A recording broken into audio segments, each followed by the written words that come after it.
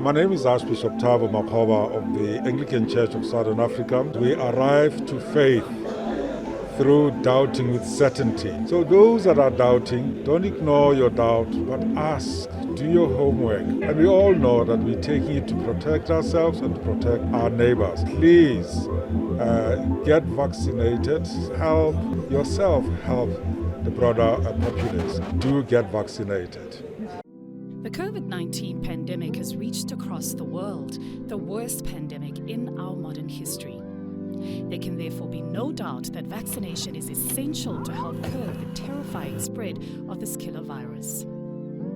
So, we are going to take a very serious look at this whole situation and the preventative measures that humanity must take.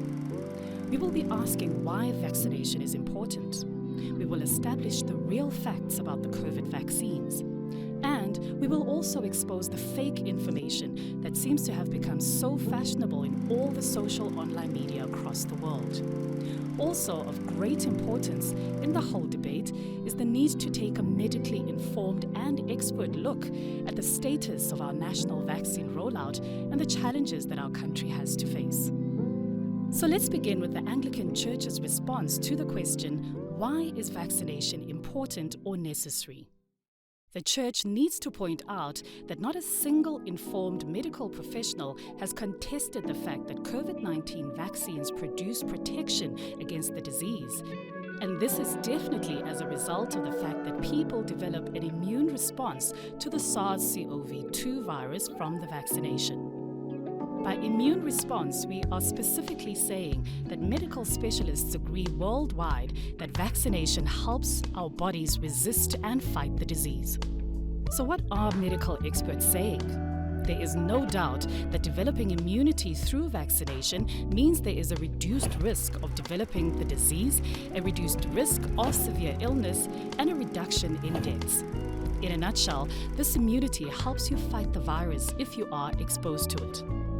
But it goes even further than that. Getting vaccinated also protects people around you because you are less likely to infect someone else, especially people who are at an increased risk of severe illness from COVID-19, such as older or elderly adults and people with other medical conditions.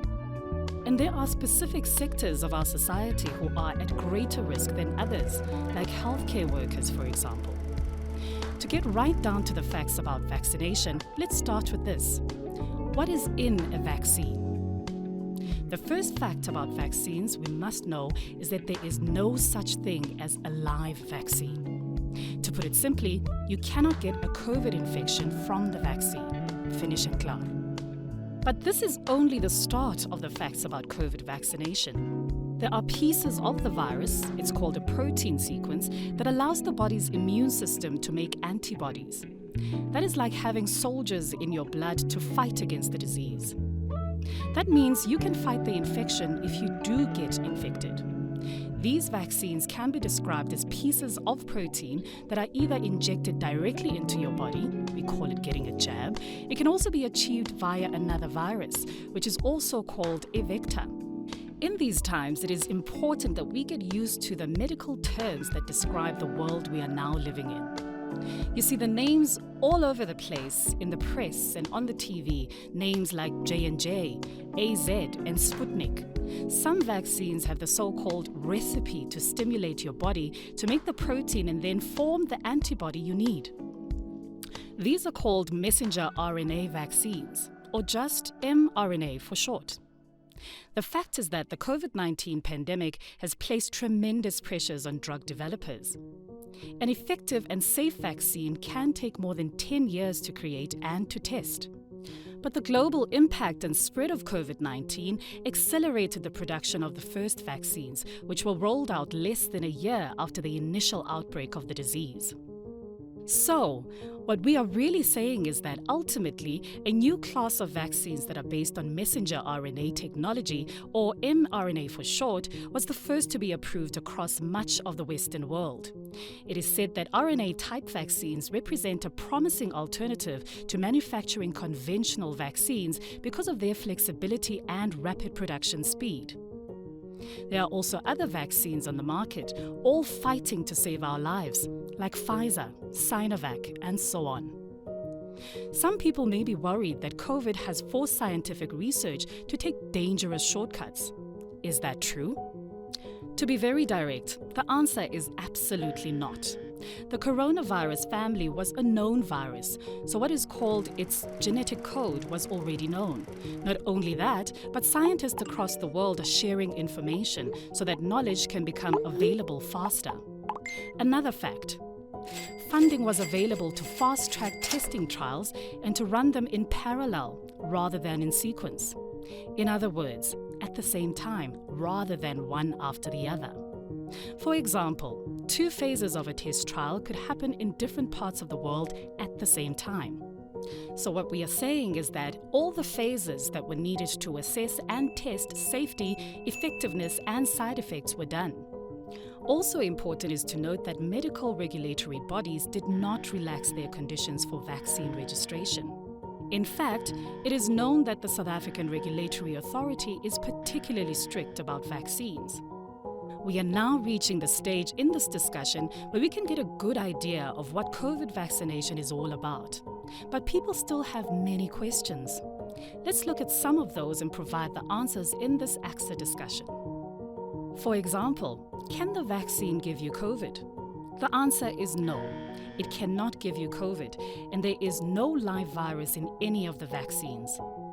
Actually, if you do test positive after vaccination, chances are you were infected within 2 to 3 days of getting the vaccine. Here's another important question. If I get COVID, do I still need the vaccine? Again, straight from the shoulder, yes, you do, because it will give you immunity against other variants. Also, mild or asymptomatic patients have a weaker natural immune response, and they are therefore not well protected. You must get the vaccine after 30 days and up to 3 months after being infected. Then if someone dies after vaccinating, is it because of the vaccine? And again, the answer is a definite no. And now it is time for some general information about COVID. Things that people have been asking or even worrying about. Let me start like this. Every death within a month is investigated. Over 100 million vaccines have now been administered worldwide, and there is no emergence of any vaccine as the cause of death. However, to date, South Africa is concerned about 28 reported cases that are being investigated. The early findings are pointing to things like old age, diabetes, obesity, and people who were already ill at the time of vaccination. The investigation is still ongoing. In fact, the evidence is indicating the opposite. Protection against death is almost 100%. People also ask, what protection does a vaccine offer? People are still getting infected. The answer to this question is very direct. The vaccine protects against severe consequences, and I am underlying these 2 words, meaning things like hospitalization and death. But some say that you can get infected after the vaccine is given. The actual fact is, evidence shows that 95% of reinfection is mild and 3% is moderate. Only 0.03% of health workers got severely ill after vaccinating. This, according to recent evidence from the Sisonke trial to protect healthcare workers. And, by the way, just in passing, Sisonke is not the same as a clinical trial. Rather, it is a way that research can help to make a vaccine available while the licensing process takes place. Vaccination also results in you being less infective. You transmit less of the virus, and therefore you are less of a risk to those around you. And here is another question that is often asked. How long does immunity last? Actually, this is an ongoing scientific question. To date, after 1 year, immunity is still strong, signaling the likelihood of many years of immunity. So, as you will have concluded by now, there are many questions in the public's mind about COVID and vaccination. Like, will only high-risk groups perhaps be eligible for boosters? The answer is that we are still waiting for further studies to be done. And then, which vaccine is better? Are the Russian and Chinese ones as good as the Oxford one? The answer to this is straightforward. All vaccines in South Africa protect us against severe consequences. This is so because SA's regulators have been very strict, not only on the science that is involved, but also about the quality of the manufacturing process. And what does one say to people who think they should wait and see what happens? Well, the truth is the risk of the COVID infection is much higher than the risk of having an adverse side effect. Yes, we ride taxis knowing there's a risk of a fatal crash, but we do it because the risk is small. It is really the same with vaccines. AXA's response to this discussion is to the point.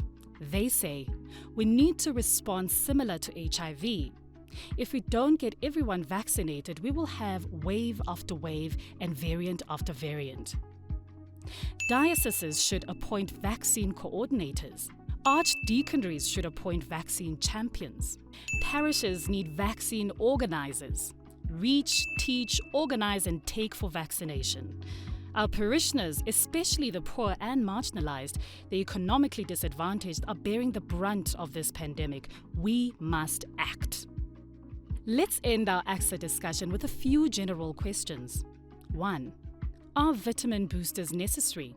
The answer is that vitamins do not boost the immune system significantly. It is not worth the cost. But if you feel good, do it. And that is true also of home remedies. And what about ivermectin?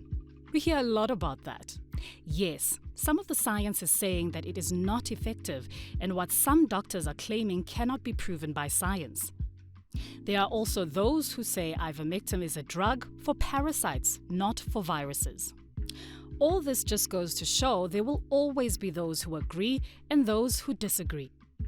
Our Minister of Health, Dr. Joe Phaahla, says he wants to have at least 70% of all our people inoculated by December this year. AXA Discussion asks you to queue up and help them achieve that objective. Be clever, be safe, be inoculated. Well, when the vaccine becomes available, I would like all South Africans to participate, to come forward and get the vaccine.